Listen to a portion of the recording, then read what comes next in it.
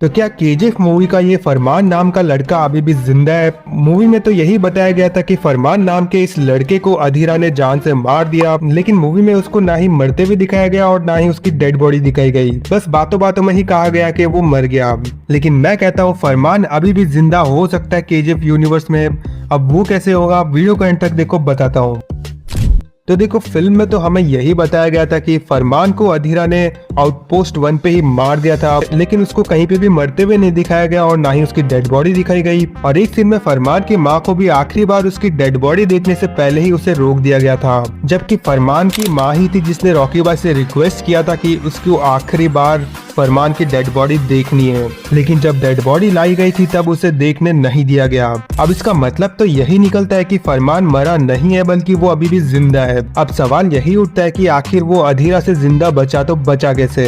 तो इसके लिए भी मेरे पास एक थ्योरी है जो अभी मैं बता देता हूँ। तो देखो, मूवी में अधीरा की एंट्री जब पहली बार आउटपोस्ट 1 पे होती है ना, तब सिर्फ फरमान ही था जिसने अकेले अधीरा के गैंग को रोक के रखा था। और जब फरमान पकड़ा जाता है तब वो अधीरा को ये कहता है कि मैंने अकेले ही तेरे पूरे सेना को रोक के तेरे हाथ कांपने पे मजबूर कर दिया, तो सोच रॉकी भाई तेरे साथ क्या करेगा। मैंने अकेले ही तेरी सेना रोक के तेरे हाथ कांपने पर मजबूर कर दिया, सोच वो तेरा क्या हाल करेगा।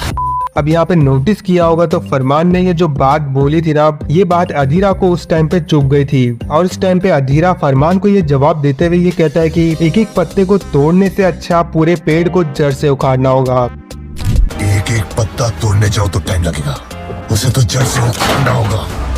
अब यहाँ पे अधीरा का कहने का मतलब यही है कि फरमान जैसे एक एक पत्ते को तोड़ने से अच्छा रॉकी भाई जैसे पेड़ को जड़ से ही उखाड़ना होगा, ताकि जो जो रॉकी भाई को भगवान मान रहा है उन सारे लोगों की हिम्मत टूट जाए। तो हाँ, यहाँ पे हो सकता है अधीरा ने उस टाइम पे फरमान को जान से ना मारा हो, ताकि उसके सामने रॉकी भाई को जान से मार के उसकी हिम्मत तोड़ सके। तो हाँ, यही है वो पॉसिबिलिटी। यहाँ पे हो सकता है अधीरा ने फरमान को जान से ना मारा हो, बल्कि उसे बंदी बना के रखा था। और इंटरवल के बाद जब रॉकी भाई कलाशनिकोव लेकर आता है, तब वो अधीरा के गैंग को हरा के वहाँ से फरमान को सही सलामत रेस्क्यू कर लिया होगा और उसे कहीं और भेज दिया होगा। लेकिन अब तुम सोच रहे होगे कि फरमान अगर जिंदा था तो उसे वापस केजीएफ क्यों नहीं लाया उसके माँ से मिलाने के लिए? अब उस टाइम पे फरमान को केजीएफ में वापस नहीं लाया जा सकता था, क्योंकि केजीएफ में कई सारे परिवार ने अपने बच्चों को खोया था। अगर अकेला सिर्फ फरमान जिंदा बच के आता था तो फिर अच्छा नहीं लगता। इसीलिए फरमान को केजीएफ में वापस नहीं दिखाया गया था, बल्कि उसे कहीं और भेज दिया गया।